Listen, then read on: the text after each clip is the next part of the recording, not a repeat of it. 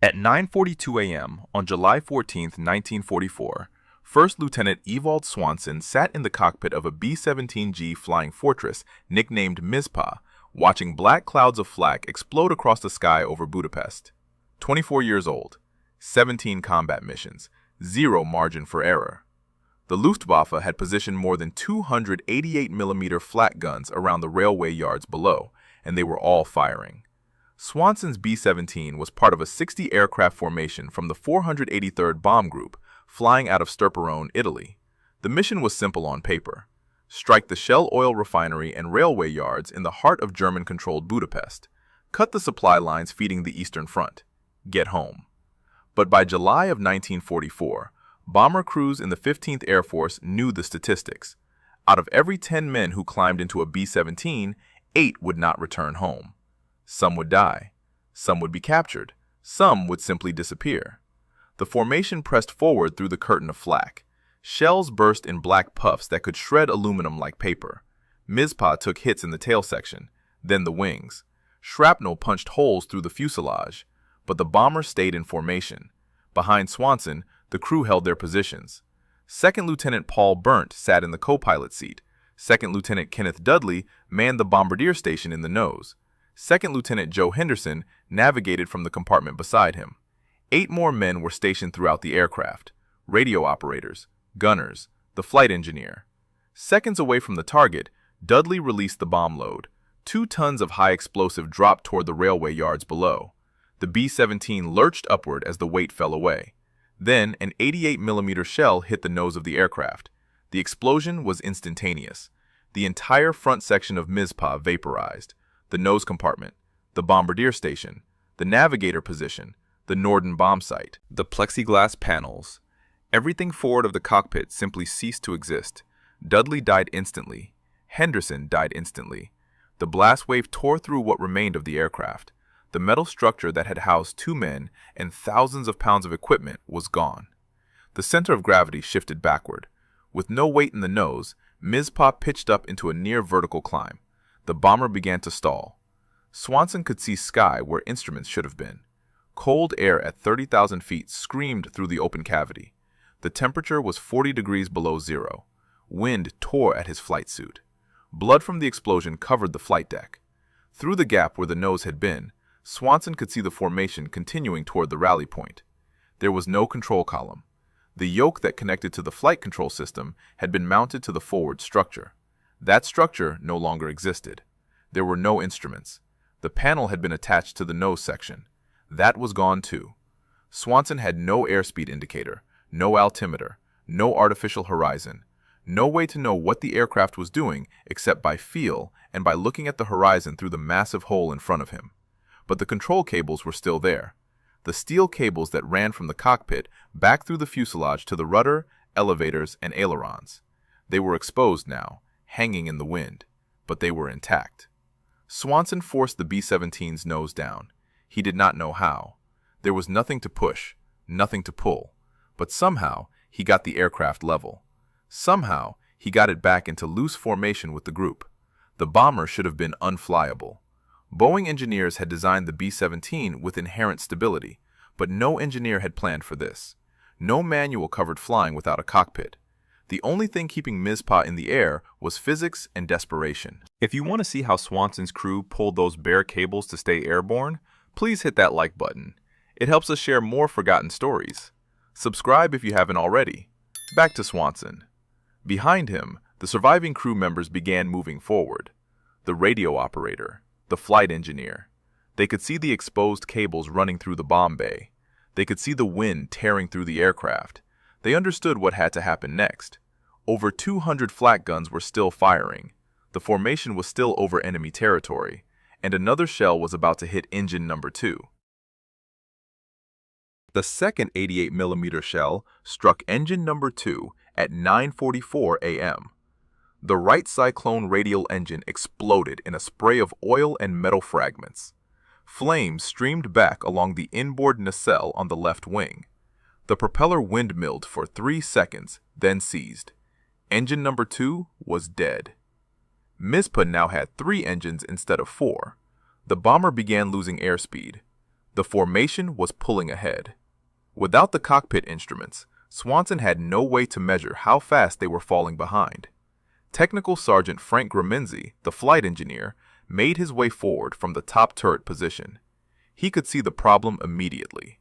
The control cables ran through the fuselage in bundles: elevator cables, rudder cables, aileron cables.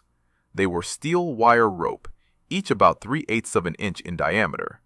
Normally, they were enclosed in pulleys and fair leads, hidden behind panels and structure. Now they were completely exposed. The wind was pulling at them.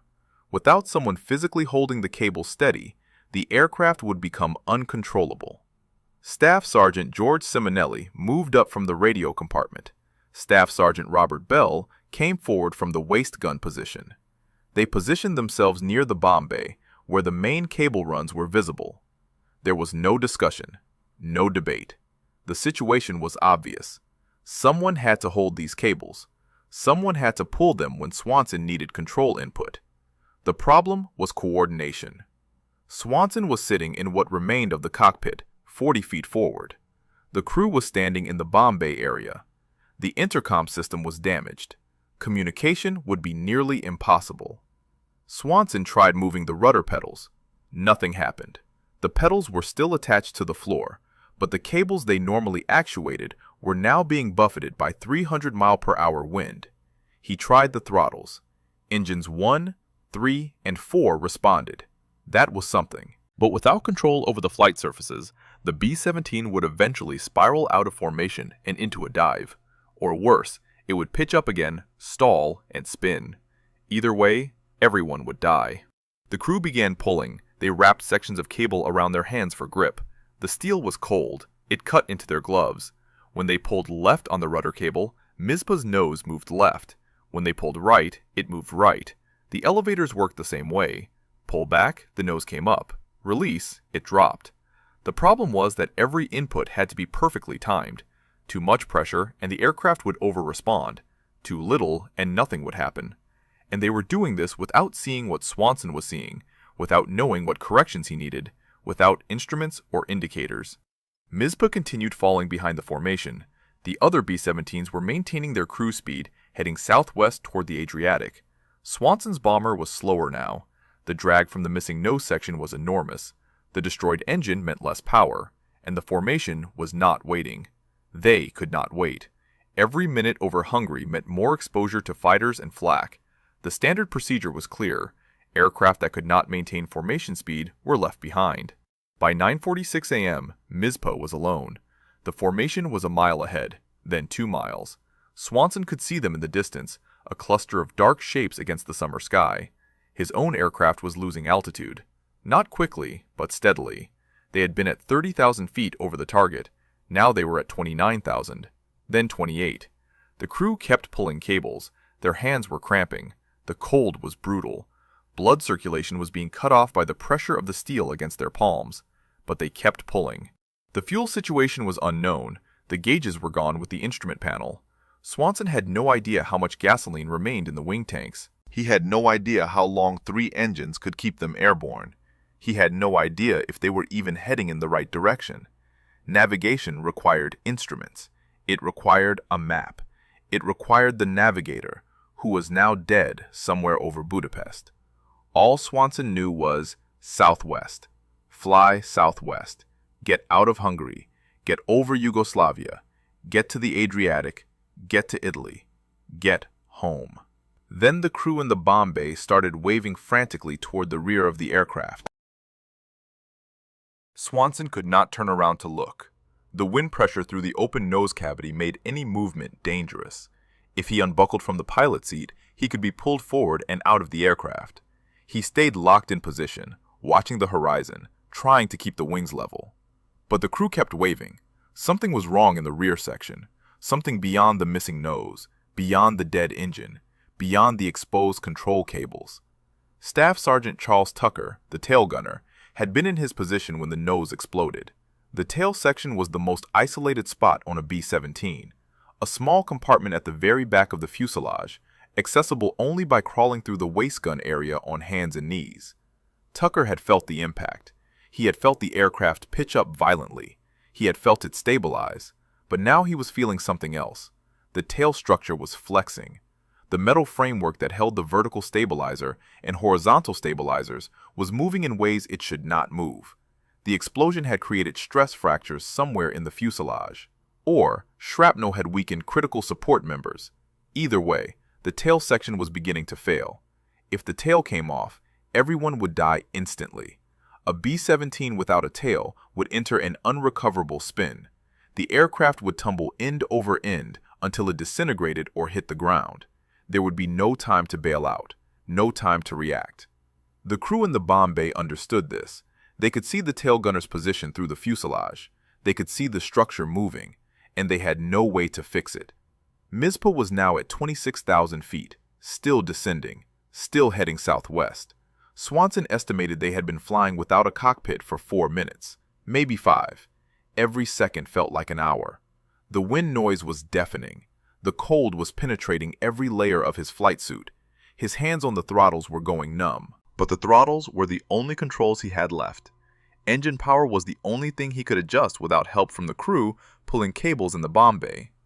Second Lieutenant Paul Burnt, the co-pilot, was still in his seat. His control column was gone too. His instruments were gone. But he was watching the wings, watching the engines, watching for fighters. German Messerschmitt 109s and Focke-Wulf 190s hunted lone bombers. A damaged B-17 separated from its formation was an easy target. No defensive firepower from neighboring aircraft, no mutual support. Just one crippled bomber losing altitude over enemy territory. But so far, no fighters appeared. The Luftwaffe was either engaged elsewhere or had not spotted Mizpah yet.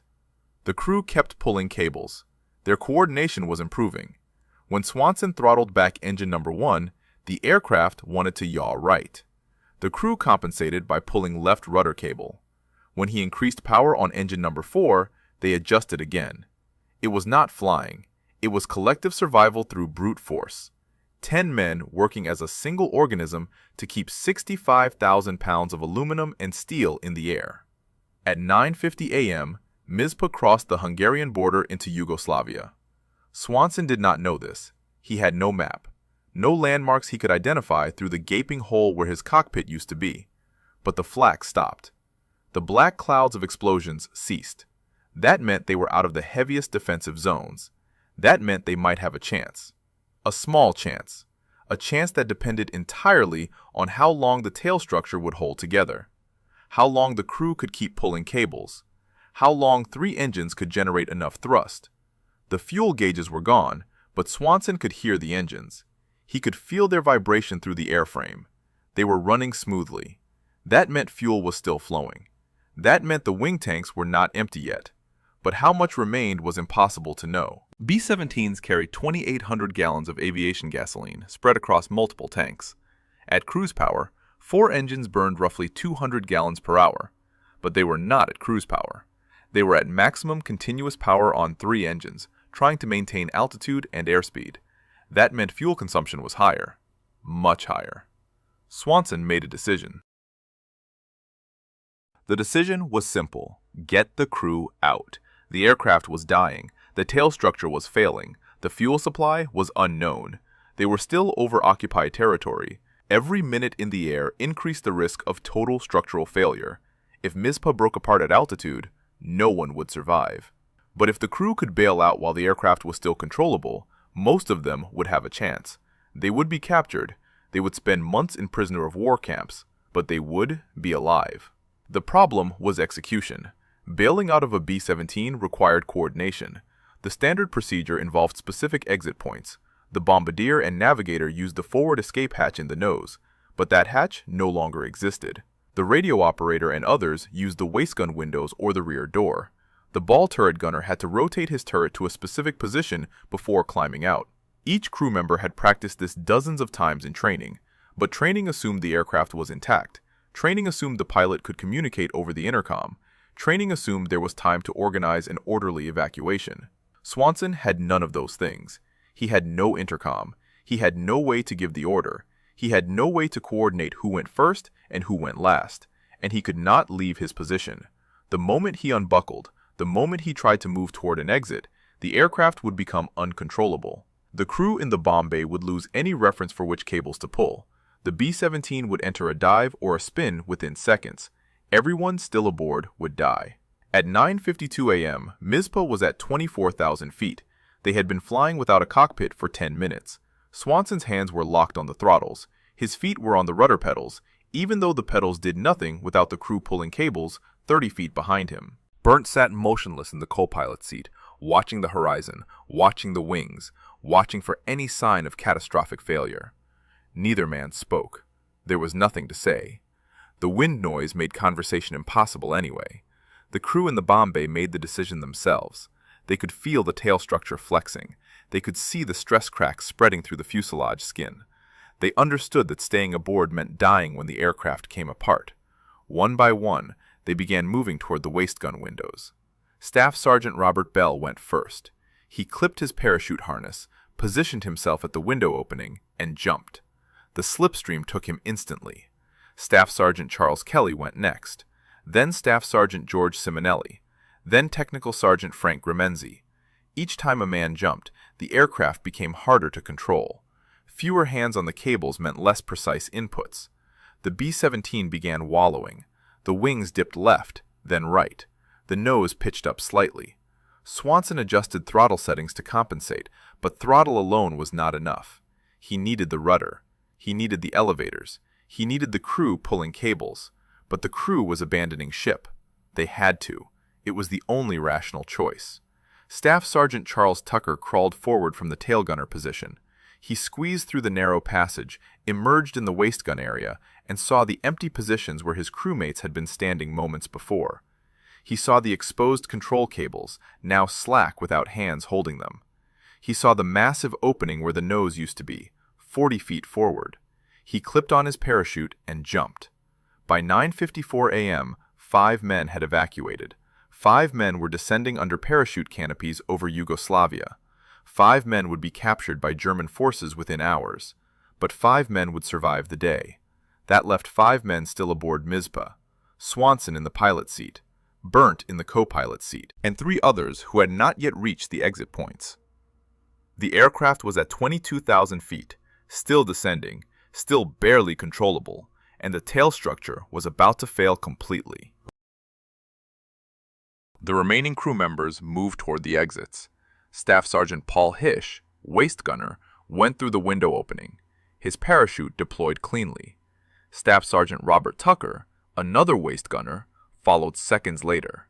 That left 3 men aboard: Swanson, Burnt, and 1 more crew member still making his way forward from a rear position. The aircraft was becoming increasingly unstable. With almost no one pulling the control cables, Mizpah was responding only to engine power and inherent aerodynamic stability. That stability was designed for normal flight conditions, not for flight without a nose section, not for flight with a failing tail structure. At 9:56 a.m., the last crew member reached the waist gun area, jumped, and disappeared into the slipstream. Swanson and Burnt were alone. 2 men in the remains of a B-17 Flying Fortress at 20,000 feet over Yugoslavia. The bomber was still descending. 3 engines were still running, but the aircraft was no longer truly flyable. It was barely staying in the air through a combination of residual stability and the fact that the wings were still generating lift. Without crew members pulling cables, any significant control input was impossible. Swanson turned his head slightly and made eye contact with Burnt. No words were exchanged. The wind noise would have drowned out any conversation, but the message was clear. Burnt needed to go.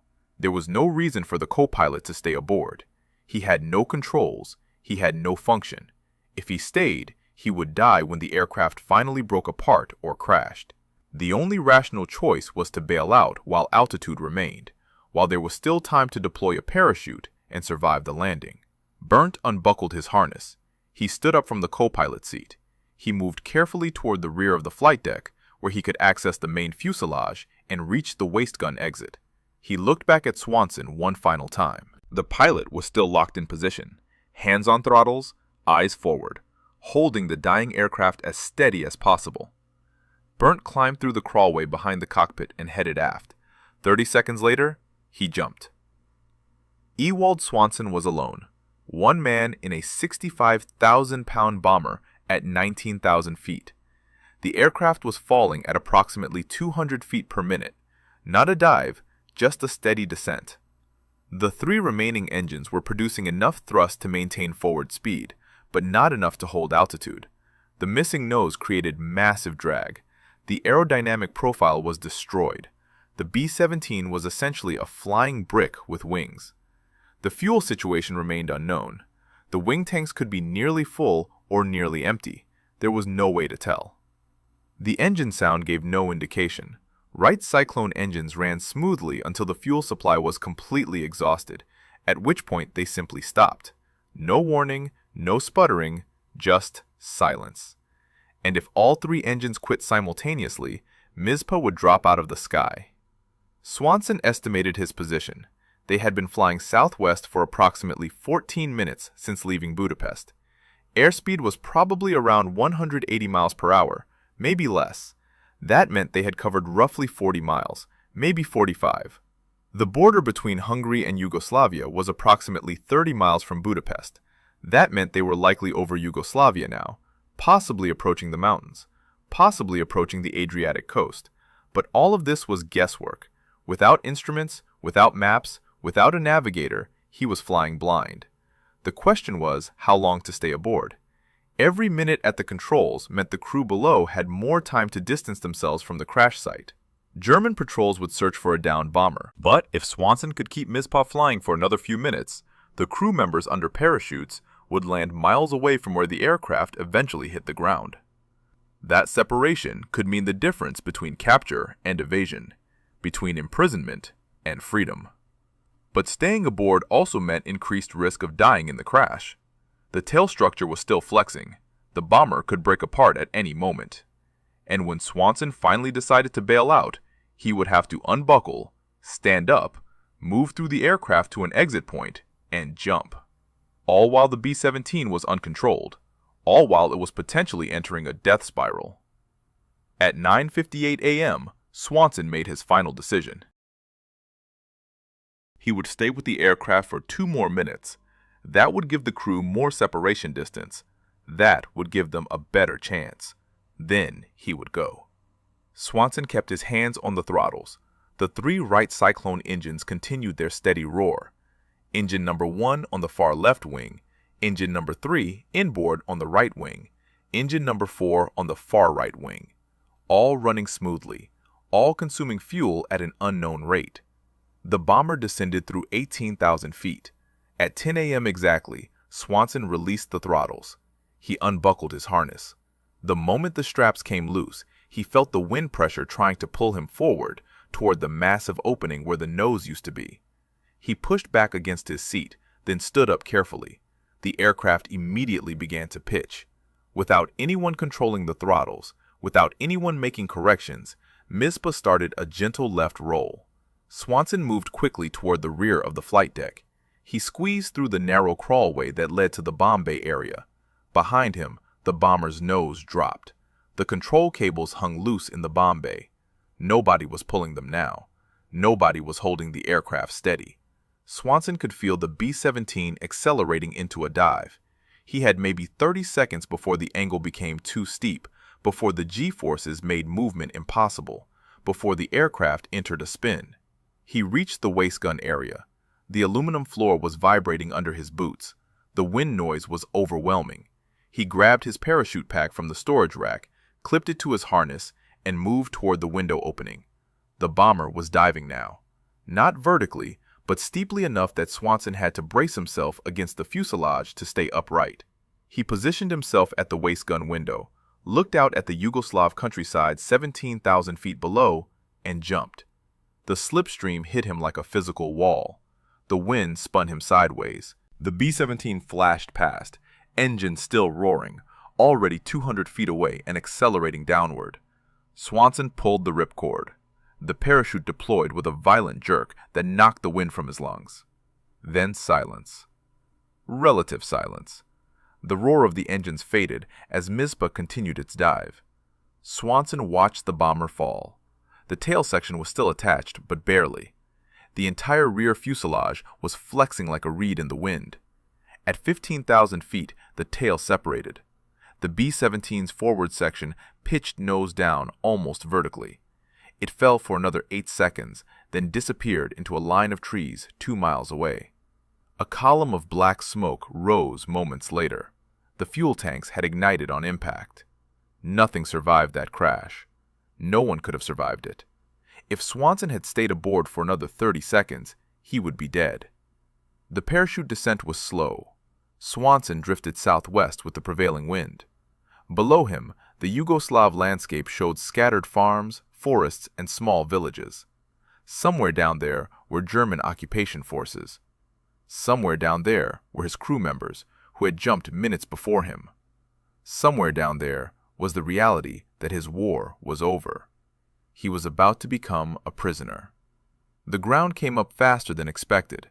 Swanson could see trees.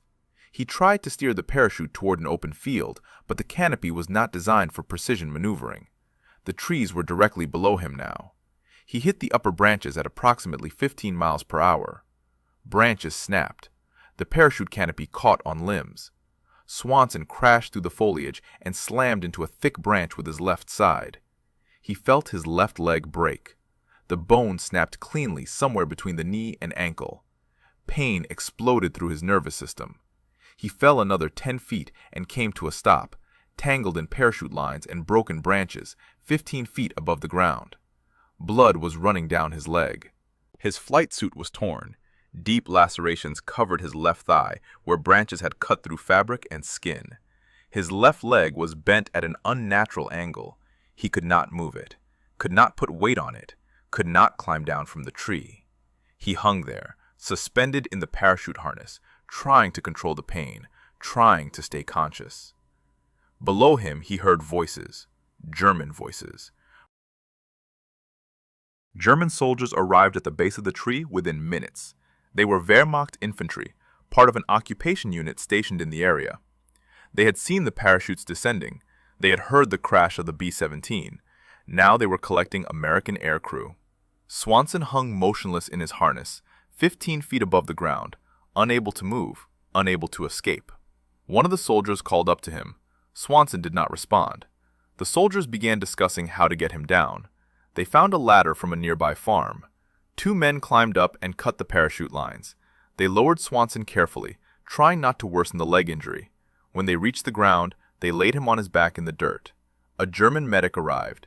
He examined the broken leg, the lacerations, the blood loss. He applied a temporary splint using wooden boards and strips of cloth. He injected morphine from a medical kit. The pain began to fade.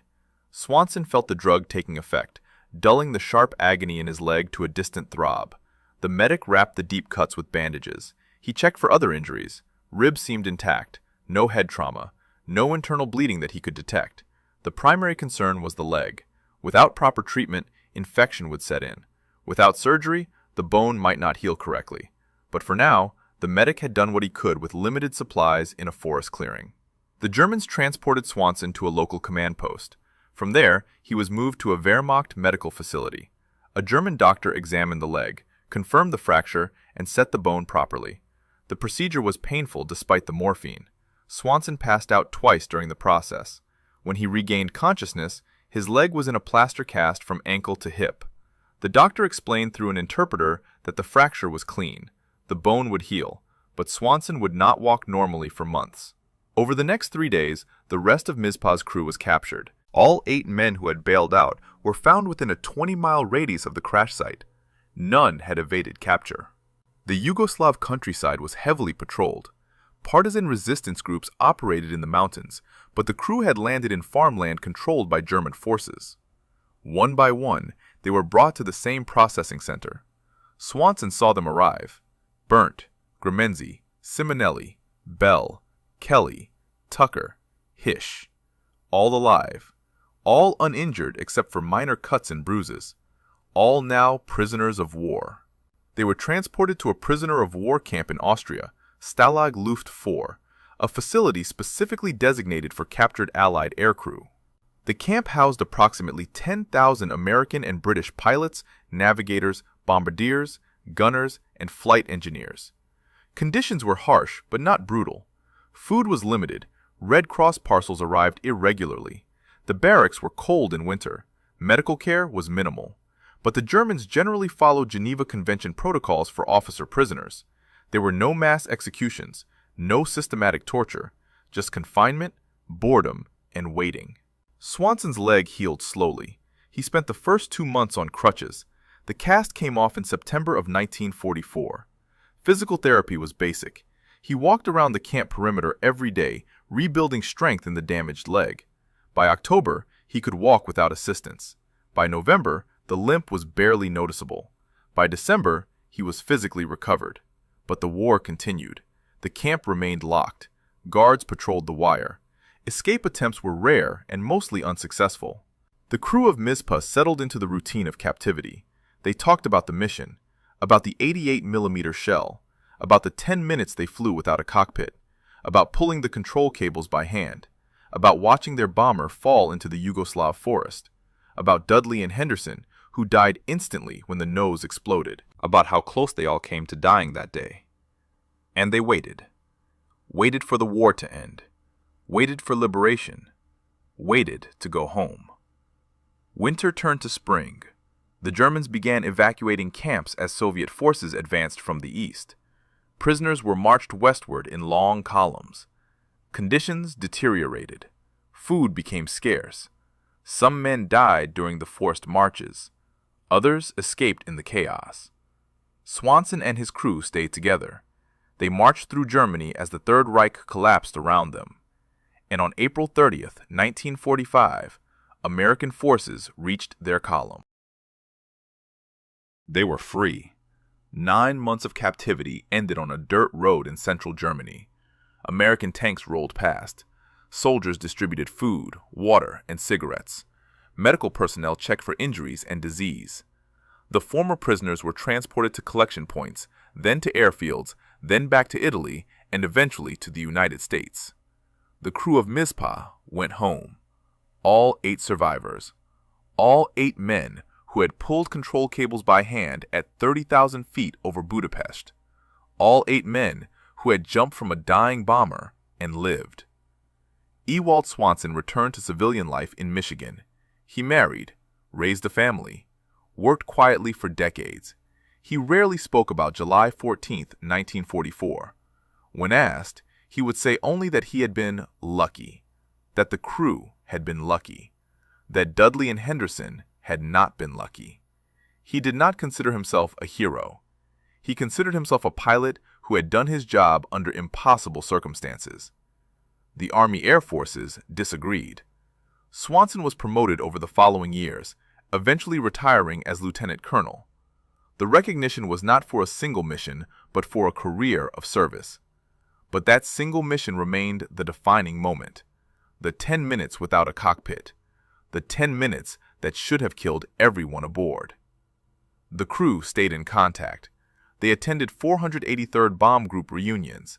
They gathered every few years to remember the war, the missions, the men who did not return.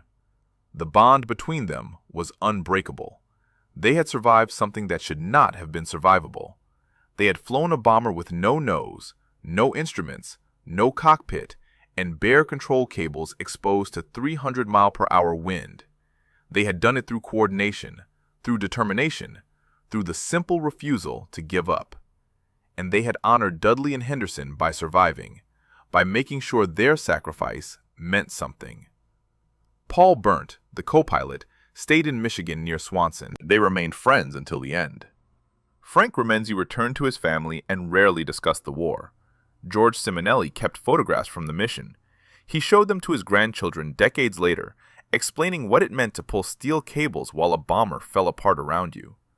The others scattered across the country, but they remembered. They all remembered.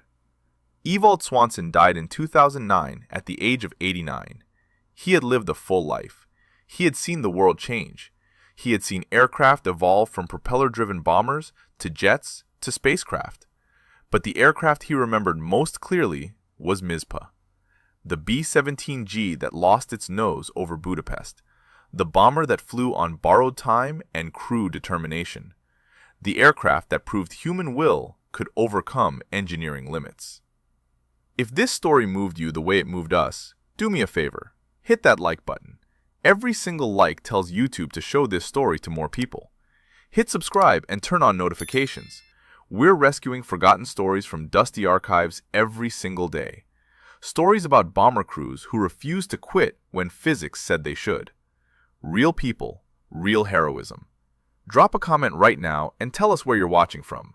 Are you watching from the United States, United Kingdom, Canada, Australia? Our community stretches across the entire world. You're not just a viewer, you're part of keeping these memories alive. Tell us your location. Tell us if someone in your family served. Just let us know you're here. Thank you for watching, and thank you for making sure Ewald Swanson and the crew of Mizpah don't disappear into silence. Second Lieutenant Kenneth Dudley died instantly when that 88mm shell hit.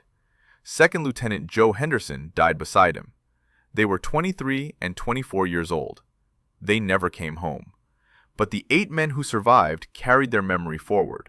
For 9 months in a prisoner of war camp, for decades afterward in Michigan and across America. And now, through this story, their names live on. These men deserve to be remembered, and you're helping make that happen.